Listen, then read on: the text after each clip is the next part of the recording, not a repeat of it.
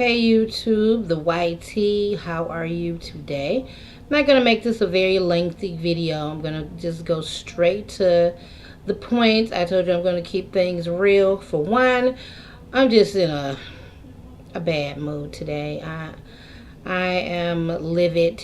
I had to go to see the cardiologist for my old ticker to make sure that it's in good condition and would hold up through surgery. It wasn't one of my best visits. Actually, it was one of my most embarrassing visits.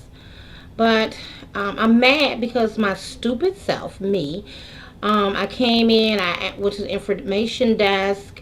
I asked where the cardiologist office was, and I ended up walking all the way around when I could have just went around the corner, went to the door, which was a couple of steps down, and I would have been in the office. But no, I had to make it hard for myself. So, needless to say, I got a slight workout and ended up in the rehab room, which I had to go up some more hallways to get to where I had to go. So, about time I got the to my appointment, I was exhausted. I was absolutely exhausted. It is like 97 degrees here.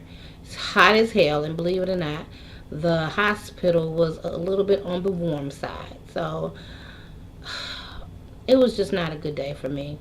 But anyway, I get in, I check in. 10 minutes later, they come and get me. The nurse takes my BP, which was normal.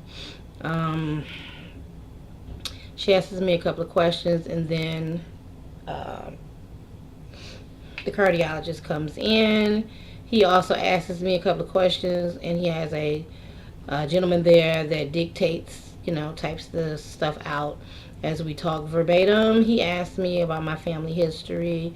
He asked me about the medications I was taking. Asked me, did I have any heart palpitations? Did I ever pass out? Any seizures? Any strokes? Any prior heart conditions and all that stuff. He did say that my blood pressure, not my blood pressure, but my cholesterol was a little on the high side. So, which my doctor said it's a good and a bad one, but he said it's the good one that was a little high, not the bad one. So I don't know. We'll see what happens with that. But he talked to me about that, and then he wanted to actually listen to my heart, and that's the part that's a little like pissed me off a little. I had to put a gown on, which was no problem, but getting up on that bed. Remember what I told you last time? Happened again, but but I did brace myself, and I told him, "You hold it back there." And then I am nervous about getting up on that bed. It's the knee situation, It's just hard to turn yourself around and slide back when you got bad knees. I don't know about anybody else, but my mind tells me if I fall off of here or I slip or anything, I'm going to damage something. So anyway, needless to say, the gentleman that did the dictation was more like my leverage, and I got up there and I sat down. He listened to my lungs and all that good stuff, and he listened to my heart. Now, the kicking part was to all of this.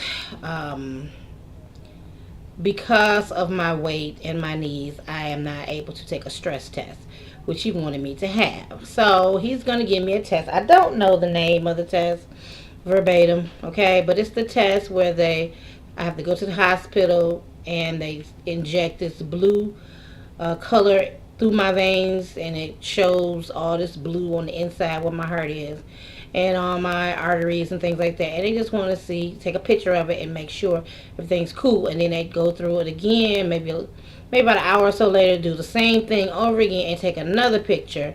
And when they take the other picture, which after they give me some medication, they're going to compare the two. The problem is they have the equipment there at his office, which he could have done today, but he couldn't do it because of my weight. I was a little bit more over the weight limit that they had, so I have to go to the hospital and have that particular procedure done. So that's another appointment that I am not looking forward to. I am so tired of all the appointments, to be honest. But I'm doing it because, of course, the outcome is going to be much greater than the little stress and discomfort that I'm going through right now. It's not a big deal. Most people, they don't mind going to the doctor and getting out. I just don't want to go. I don't like the picking, the prodding, the poking, the questions. It just becomes annoying after a while. But, it is what it is, like I always say. So that was the kicker part. I did get on the scale. The last time I got on the scale at the weight control center was like a month or so ago. And I had lost 10 pounds, I believe. I was 433. I had went down to 422. And then when I got on the scale today, I believe the scale said something like 417, 418. So I did lose a couple more pounds. So that's a blessing. Now tomorrow I do have to go to the weight control center, and there I will be talking to the psychiatrist, the nutritionist, and the doctor. And then they're going to let me know tomorrow if it's a go for me to, if they feel like it's time I can have my surgery or whatever. So they're going to submit it to the insurance, and hopefully I will have a surgery date maybe by the end of September, and maybe have my surgery by October. Or who knows, maybe I might have it in September. Who knows? I don't know. I'm hoping that that would be the case, because this is, this weight is something. I mean, my knees are bad, okay? Granted, it's nothing. If you was a small woman and you had knees like me, you still would be in pain, okay? And you would have some discomfort. But being that I'm heavier than I was in the beginning, it's just tiresome, really. I'm just ready to just lay down. I'm so tired right now. It's unbelievable. And I've never in my life got this tired this fast. I could go all day, working 2 jobs, doing whatever, no kind of problem. But with this situation going on, my time limit on things is just cut more than in half. It's like majority of my time is in my room, living room. That's it. I mean, he asked me what kind of things I did in my house. Nothing. I mean, I could clean up a little, like my kitchen, my bathroom. I'm not an invalid.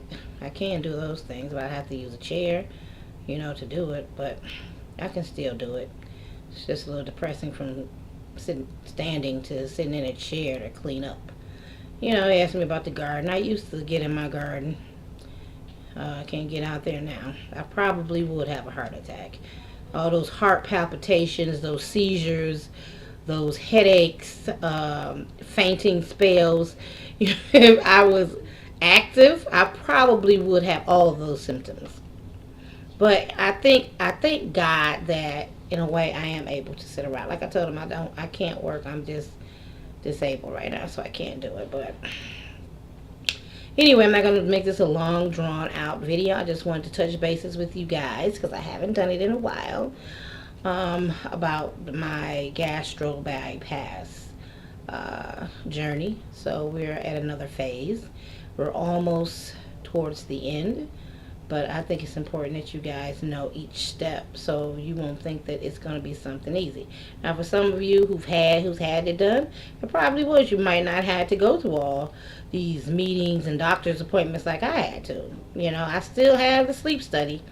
I haven't even made the appointment yet, because I don't know, for some reason I'm not looking forward to that. But we all know I got sleep apnea.